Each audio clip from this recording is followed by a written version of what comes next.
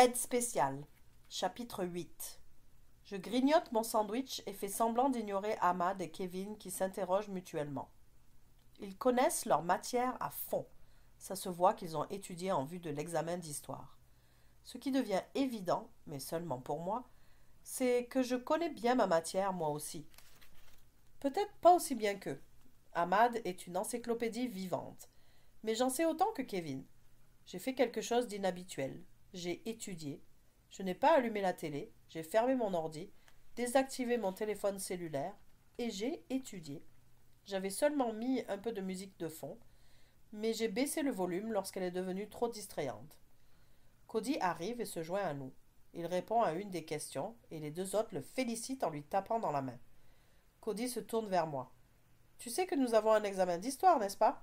Eh bien, je le sais maintenant. Je ne pensais pas que ces deux-là s'interrogeaient pour le plaisir. J'ai essayé de t'appeler hier soir pour te le rappeler, dit-il. Et je t'ai cherché sur MSN, mais tu n'étais pas là, ajoute Kevin. J'avais mieux à faire. Étudier. C'est ce que j'ai fait. Je dois réussir cet examen si je veux réussir le trimestre. Comment s'appelle-t-elle demande Cody. Un gentleman ne révèle jamais de nom. C'est pourquoi je te le demande. Ce que tu peux être drôle. Merci, dit Cody. Je ne suis pas le seul à être de cet avis, dis-je. J'ai entendu des filles parler de toi. De moi demande-t-il. Quelle fille? Elisabeth et ses amis. Elisabeth demande-t-il surpris. Qu'est-ce qu'elle a dit? Attends, j'essaye de me rappeler ses mots exacts. Quoi? Qu'est-ce qu'elle a dit? Elle a dit ce Cody est tellement drôle. Vraiment? Ouais, drôle, il a l'air drôle. Elle dit qu'elle rit chaque fois qu'elle te voit. Elle te trouve comique. Il a l'air abattu, et je suis pris de regret. Cody, je blague. Je le savais, dit-il. Elisabeth ne dirait jamais ce genre de choses à ton sujet, dis-je pour le rassurer. Je pense qu'elle ne sait même pas qui tu es. Parce que toi, tu penses qu'elle te connaît demande Cody. Elle me connaît. Ne te fais pas d'illusions, dit Ahmad. Elle me connaît. Nous avons eu quelques conversations. Lui demander d'emprunter son crayon ne constitue pas une conversation, dit Cody. C'est un début, dis-je. Je prends mon temps pour en arriver à une vraie conversation. Je me fais désirer. Ouais, et je suis certain que ça marche, dit Kevin. Elle ne ferme probablement pas l'œil de la nuit parce qu'elle rêve à toi. Bien sûr que non, dis-je. On ne peut pas être éveillé et rêver en même temps. Je dois admettre qu'elle m'intimide un peu. Non seulement est-elle d'une beauté spectaculaire et mannequin à ses heures, c'est aussi une étudiante sérieuse, et ses petits amis sont habituellement en 12e année. Et costaud. Je l'inviterai bien à sortir, mais je pense qu'elle n'est pas mon type. Bien sûr, se moque Kevin.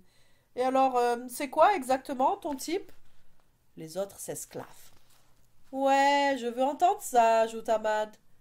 Eh bien, d'abord, j'aime qu'elle soit désespérée. Désespérée? Ouais, qu'elles aient des critères peu élevés. En fait, le moins élevé possible. Si elles sont aveugles, c'est un point de plus en leur faveur. Et la cloche m'interrompt. Nous ramassons nos affaires en même temps que tous les élèves à la cafette. Le bruit de centaines de chaises qui grincent simultanément me donne des frissons dans le dos. Nous avons 5 minutes pour nous rendre en classe. Nous progressons lentement dans le labyrinthe des tables, des chaises et des élèves. Ahmad et Kevin continuent de se lancer des questions en hurlant pour dominer la clameur de la foule. Une des questions m'embête, et je me tourne vers Kevin. Il ne connaît pas la réponse non plus. Eh bien, dis-je en me tournant vers Ahmad. 1792, à Philadelphie. Es-tu certain demande Kevin. Regarde à qui tu parles, dit-il. Je ne peux faire autrement qu'être d'accord. S'il avait dit 1792 sur Mars, je l'aurais cru. Merci, on se voit plus tard, dis-je. Je commence à m'éloigner lorsque Cody m'attrape par le bras et me fait tournoyer. Où vas-tu demande-t-il. Le cours d'histoire est par ici. Je le sais bien, mais je vais par là, dis-je, en indiquant la direction opposée. Allons, Eddie, viens-t'en. Il faut que tu passes l'examen. Ahmad et Kevin ont l'air inquiets. Ça va, dis-je d'un ton rassurant. Je vais le faire, mon examen. Oui, mais on veut que tu le réussisses, et pour ça, il faut que tu le commences à temps, dit Ahmad. Je vais le commencer à temps et je vais le réussir. C'est seulement que je ne le fais pas au même endroit que vous autres.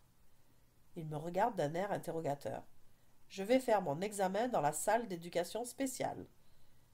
Tu as été accepté en édu spécial demande Kevin, suffoqué. Pas encore, je dois passer d'autres tests, mais je peux utiliser cette salle en attendant. Waouh dit Kevin, difficile à croire. Tu les as trompés. Ce n'était pas difficile.